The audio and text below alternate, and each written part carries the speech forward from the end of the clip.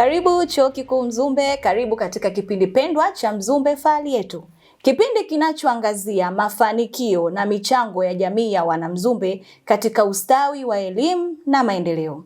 Na leo tunajikita katika mada isemayo nafasi ya mwanamke au msichana katika maendeleo ya TEHAMA. Katika kipindi chetu leo tutazungumza na mmoja wa wanawake shupavu wa Chuo Kikuu Mzumbe ambaye amefanya umahiri mkubwa katika TEHAMA na hivi karibuni ameng'ara katika tunzo 2 huko mkoani Arusha katika mashindano ya TEHAMA Tanzania. Karibu sana Priscilla. Asante sana. Tungependa kufahamu Priscilla ni nani hasa. Ujitambulishe kwa nafasi yako, watazamaji wapate kukufahamu. Okay, nashukuru sana. Naitwa Priscilla Emmanuel Kesi, ni mkufunzi msaidizi katika Chuo Kikuu Mzumbe, faculty ya Science and Technology ndani ya Department ya Computing Science Studies. Lakini pia ni mtafiti katika masuala ya Artificial Intelligence, tunaita akili mnemba. Nje na hapo, mimi ni kiongozi lakini pia ni mwanzilishi wa startup inayoitwa Amsha Kilimo, inayofanya kazi ya kuunganisha kati ya wakulima wadogo wadogo na taasisi za kifedha nchini Tanzania. Lakini pia mimi ni mshiriki katika miradi mbalimbali ambayo ipo ndani ya Chuo Kikuu Mzumbe. Tukiongelea mradi wa kwanza ni Artificial Intelligence for STEM subjects, ambapo hapa tuna deal na kuongeza tunafanya mradi huu kwa ajili ya kuinua ufaulu wa wanafunzi kuanzia shule za msingi. Lakini pia mradi mwingine ni IoT for Youth, ambapo hapa nimekuwa kama mkufunzi kwa train wanafunzi mbalimbali katika Chuo Kikuu Mzumbe namna gani ya kutumia Internet of Things kusolve matatizo mbalimbali katika jamii. Mradi mwingine ni Legal Aid. Mradi huu tuna support kazi ya paralegals kwa ajili ya kusaidia kesi mbalimbali za kisheria katika jamii. Lakini pia mimi ni mshindi kama nilivyotangazwa awali katika TEHAMA Awards 2025, mashindano ambayo yalifanyika mwezi wa pili pale Arusha Grand Melia. Nilishinda katika upande wa Women in ICT ikiwa ni nafasi ya 3 na nikiwa mshindi wa kwanza katika upande wa Youth Innovators. Nje na hapo awards nyingine kwa upande wa Mzumbe University mwaka jana 2024 nilishinda sehemu ya pili wakati wa Mzumbe Entrepreneurship Day nikionyesha mfumo wa maji kwa kutumia IoT. Mfumo ambao una control maji kwenye matenki. Tuongelee hizi tuzo ambazo umepata hivi karibuni kule mkoani Arusha. Ilikuwa rahisi namna gani wewe kushiriki na kupata hizi tuzo? Kwa kweli tuzo sio kitu ambacho unapewa kama zawadi tu. Ni kitu ambacho kinakuja watu wakiwa wanaangalia kazi yako nyuma ya pazia. Unafanya kitu gani? Umeimpact kiasi gani jamii? Kwa hiyo siwezi kusema tuzo ilikuwa ni rahisi au ni ngumu. Ni kazi ambazo nilifanya zamani nikatumia nguvu, lakini kama TEHAMA Awards waliorganize wakaona kwamba huyu ni mmoja kati ya watu ambao wanastahili kutokana na michango mbalimbali ambayo ninaifanya kwenye upande wa TEHAMA katika jamii. Kwa haikuwa ngumu au rahisi, lakini tunashukuru Mungu tulipitia process za mchujo, tukapitia kuwa verified, kuangalia kitu gani unakifanya, kuonyesha proof na mwisho wa siku nika nominated. Okay. Mpenzi mtazamaji, kama unavyoona hapa mbele yangu niko na tuzo hizi 2. Hii ni ya kwanza ambayo Priscilla alishinda kama kijana mwenye mafanikio wa TEHAMA mjasiriamali. Hii ni ya kwanza na hii aliyoishika yeye ni mshindi wa 3 ambayo alishinda kama mwanamke in ICT, female innovator. Okay. Haya, tuambie kivutio gani, yani vitu gani vilikuvutia wewe kujiingiza katika TEHAMA? Ndiyo, safari yangu ya kuingia kwenye TEHAMA ninaweza nikasema imeanza tangia mwaka 2014 nikiwa pale Gili Sekondari Kibaha. Nikiwa form 1 nimeanza kusoma, nikawa very interested kwenye masomo ya kompyuta. Kwa hiyo hata nikiwa pale wakanichagua kiongozi katika mambo ya TEHAMA. Nimaliza nikajiunga Kilakala Sekondari, lakini bado nikawa very interested in computer lab all the time, mimi nitakuwa nashinda. Kwa hata kuja chuo bado nikaingia katika upande wa TEHAMA. Ingawa it was not my first priority, lakini nikajikuta I was okay with it kuingia katika upande wa TEHAMA kwamba Information Technology and Systems katika Chuo Kikuu Mzumbe. Kwa hapo ndipo safari ya kuingia katika uwanja mzima wa TEHAMA ulipoanzia. Within Mzumbe tukawa nature, tukatengenezwa kuwa hivi ambavyo tupo leo. Na unadhani nafasi ya mwanamke au binti kama wewe inaimarika vipi katika upande wa TEHAMA kwa miaka hii ya hivi karibuni? Tukiongelea nafasi za mwanamke katika upande wa TEHAMA, kwa kweli nikiangalia kwa sasa uwanja ni mkubwa sana. Kuna a lot of hubs Tanzania ambazo zipo kwa ajili ya girls tu. Ukiachana na zile ambazo zipo kwa ajili ya watu wote. Mfano tuna Smart Girls TZ ambayo iko pale UDSM co ICT. Wao wameweka kwa ajili ya girls wajifunze namna gani ya kukodi, namna gani ya kutengeneza these websites, kutengeneza mobile apps kuanzia binti akiwa mdogo. Kuna binti mwingine anaitwa Diana ameanzisha kuna data for girls. Ni hub ambayo ina nurture watoto wa kike kwa ajili ya kuja kuwa watu wakubwa upande wa TEHAMA. Namna gani ya kutumia data kuanzia ukiwa mdogo, ujue data ina umuhimu kiasi gani. Ukiangalia upande wa nchi za wenzetu, hamna kitu ambacho kina bei kama data. Data yako ya kujua tu wewe unaishi wapi, wewe unaitwa nani, wewe unafanya nini ni muhimu sana kwao. Lakini Tanzania tunaendelea katika upande wa technology, tunatakiwa tujue namna gani data ni muhimu. Kwa actually nikiongelea general upande wa wanawake kuwa included upande wa TEHAMA, fursa zipo kubwa. Kwa tunahitaji tu kuhamasisha, lakini pia juhudi binafsi za mtoto wa kike kwamba awe tayari. Lakini pia lazima tuanze kuanzia watoto, tufundishwe, tuhamasishwe kuingia upande huu wa TEHAMA. Hilo ni jambo muhimu sana. Kwa sababu ili kitu kiweze kuwa kizuri sana, tunaangalia msingi wake umeanzia wapi. Tunaangalia kuanzia baseline, primary schools, tuna emphasize kiasi gani kuhusu TEHAMA. Huyu binti ameingia sekondari, ni kiasi gani ambavyo anakuwa engaged kwenye mambo ya TEHAMA. Kwa hata akija huku juu inakuwa ni rahisi kwake. Kwa ni muhimu sana serikali. Nimeona actually nimetembelea katika shule mbalimbali za primary kwa ajili ya kuemphasize matumizi ya artificial intelligence. Kwa nimeona pia serikali inatia nguvu sana. Tumeona kuna smart darasa zimeanzishwa na serikali. Ukianzia chini kuna advantages kubwa sana kwa juu. Kwa sababu tunajua taifa la kesho ni watoto wa leo. Changamoto sasa. Ndio. Kila kitu kina changamoto zake. Sisi ni wanawake au mabinti, kuingia kwenye TEHAMA inaweza ikawa ni rahisi au pia ni ngumu. Changamoto gani ambazo wewe unadhani mnazipitia katika upande huu wa TEHAMA au sekta ya TEHAMA?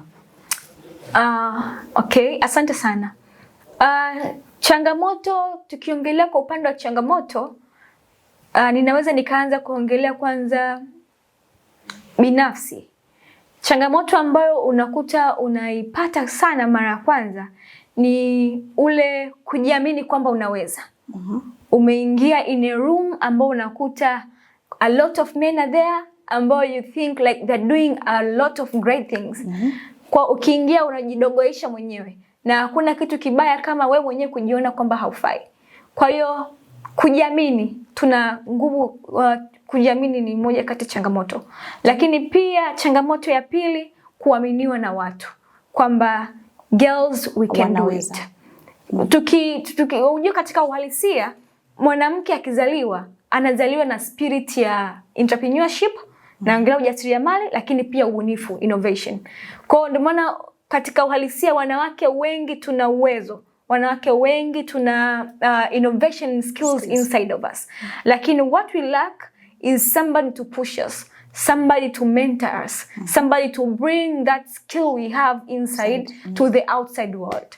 Kwa hiyo pia changamoto nyingine, having mentors katika upande wa TEHAMA ambao they are going to mentor these kids ambao watakwenda kuonyesha kwamba you can do this and you can do it in a way ambayo it's better.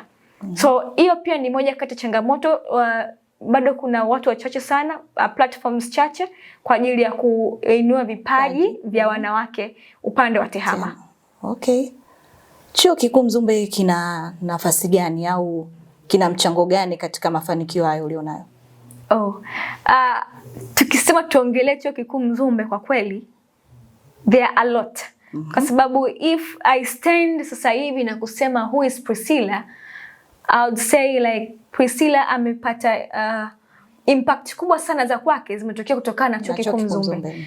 I had a shallow knowledge nikiwa secondary, lakini when I came to Chuo Kikuu Mzumbe I got a platform ya kujifunza.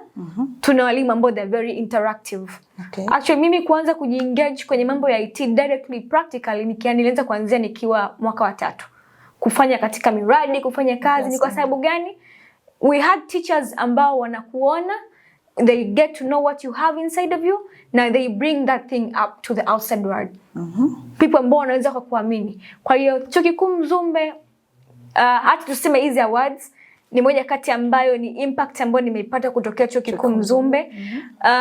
Hata nikiongelea startup yangu ya Amsha Kilimo is something ambayo if I get it back nitaingia mwaka wa 2. Mwalimu mmoja aliingia darasani akaongelea kuhusu namna gani we can use IT upande wa agriculture, na from there I go like okay, I can do something from here.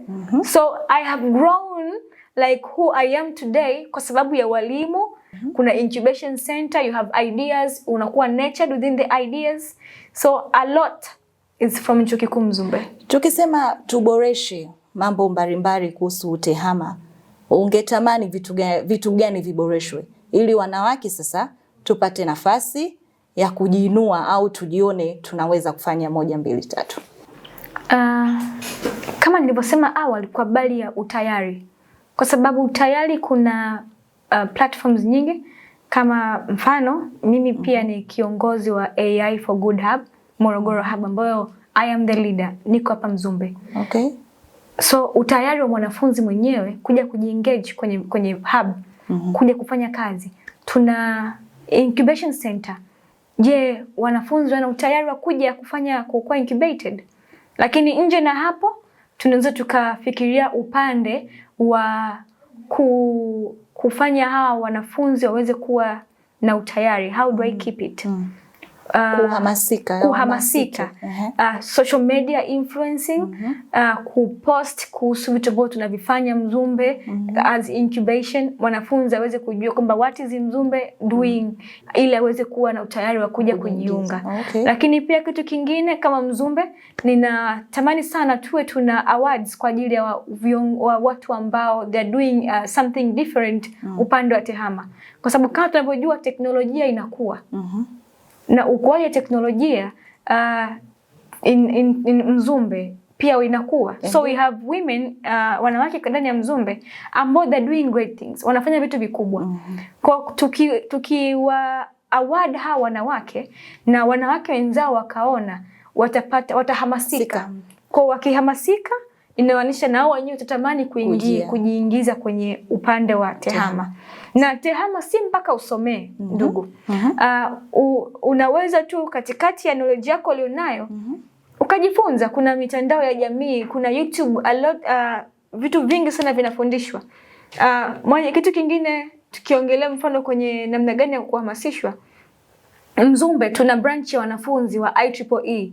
It's an institution for electric and electronic engineering, ambao wanafunzi wanaweza kujiingiza kwenye hiyo hub wakajifunza vitu mbalimbali vya mambo ya engineering, mambo mbalimbali ya technology, and providing everything for you. Wanawapa funds, and I'm a young ambassador within the institution. So kama mwanafunzi akiwa utayari, akiwa eager kutafuta pia kuna fursa gani zilizopo sasa hivi, hiyo itakuwa rahisi mwenyewe kuingia kwenye technology. Sasa kuna haja ya kuhamasisha zaidi mabinti kuingia katika TEHAMA? Ndio, kuna haja kubwa sana ya kushirikisha wanawake katika nyanja za TEHAMA. Kwa sababu tukiangalia sasa hivi duniani wanawake wanahamasishwa sana. Kama nilivyosema kwamba kuna hubs mbalimbali specific kwa ajili ya girls. Kuna awards nyingine ni kwa ajili ya wanawake tu. Kwa mfano kuna hii Women in ICT ambayo nilifanikiwa kupata. Ni kwa ajili ya mwanamke.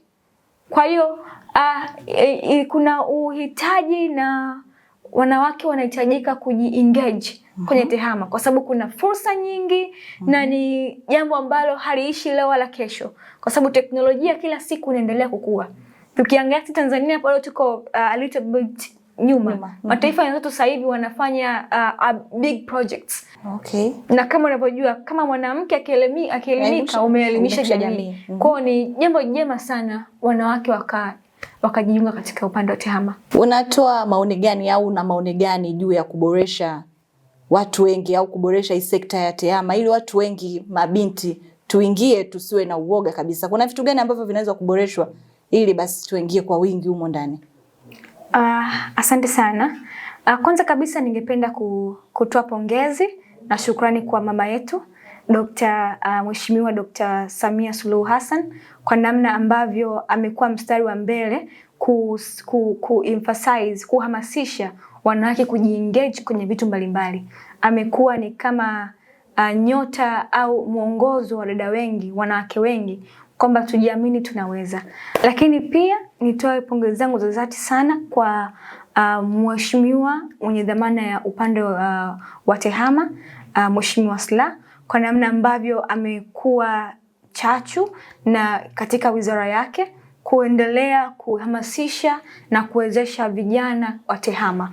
Pia niwapongeze sana TCRA, Mamlaka ya Mawasiliano Tanzania, ambao wamekuwa chachu kubwa sana kwenye upande wa tehama, hasa kwa wanafunzi na pia kwa watoto wa kike. Tukifuatia mwezi uliopita walitangaza competition kwa ajili ya watoto wa kike kwenda kujifunza na kucompete kwa mambo ya habari ya tehama. It was specific, lakini pia wanafanya forums mbalimbali digital ambazo wanakutanisha kati ya wanafunzi na watu ambao wamebobea kwenye mambo ya tehama. Hata pia wamefanya juhudi kubwa sana kwa mambo ya cyber security. Tumeona kuna competition mbalimbali ambazo zinaongozwa na TCRA kwa habari ya upande wa ulinzi wa kimitandao, cyber security specific. Vitu gani ambavyo ningependa ni washauri au nitoe maoni yangu juu ya mambo yote upande wa tehama. Kwanza upande wa somo lenyewe la tehama. Ningependekeza kwamba liweze kuwa basic kuanzia shule za msingi. Isiyo something ambayo ni optional. Kuanzia shule ya msingi liweze kuwa included kwenye curriculum, kwamba kila mwanafunzi wa shule ya msingi aweze kujifunza tehama. Kwa hiyo itamsaidia mwanafunzi kutengeneza basic nzuri ya tehama na kulipenda pia. Na kulipenda pia ndio. Lakini pia hata serikali iweze kusupply vifaa. Tunaona kwenye tehama kuna vifaa vinahitajika, kompyuta, tunahitaji vifaa mbalimbali. Kwa serikali iwe na utayari na wafadhili wengine kwa ajili ya kusupply vifaa kwenye mashule haya ya vifaa vya teknolojia. Lakini pia ningependekeza sera ya tehama yenyewe iweze kuwaruhusu wanawake waweze kuwa na ushiriki mkubwa. Iweze kuemphasize wanawake waweze kuji-engage kwenye masuala ya tehama. Nataka nikupe nafasi ya kuwashauri sasa wasichana ili waingie kwa wingi katika sekta ya tehama. Ndio. Ningependa kuwashauri, cha kwanza wawe na utayari. Tehama si kitu kibaya, si kitu kigumu kama ambavyo watu wengi wanafikiria. It's something ni kitu chepesi. Ni kitu ambacho wewe utayari wako ndio utakaoweza kusaidia kufika unapopahitaji. Kwa hiyo mabinti, jiamini kwamba wewe unaweza. Nakumbuka mimi nikiwa form 2 nilipewa usemi mmoja ambao mpaka leo kichwani kwamba I can do anything one can do and I can do it better. Kwa wewe binti uliyepo hapo unayenisikiliza, unaweza kufanya chochote ambacho mtu mwingine anaweza kukifanya. Na unaweza kufanya vizuri zaidi. Kwa hiyo karibu sana upande wa tehama. Kuwa mtu wa tehama inawezekana kama binti, na kuna fursa nyingi kama binti kuweza kuzipata na kusaidia jamii na nchi kiujumla. Asante Priscilla, tunamaliza na neno kama alivyosema. If you can do anything one can do and you can do it better. Mpenzi mtazamaji, najua umesikia na umeelewa. Mwanamke ana nafasi na anaweza kwa chochote kile. Usiwe mnyonge, usiseme hiki hakiwezekani au hiki ni cha mwanaume, hiki ni cha mwanamke. Economics juu ya mwanaume au hiki ni cha mwanamke. Tunaweza vyote.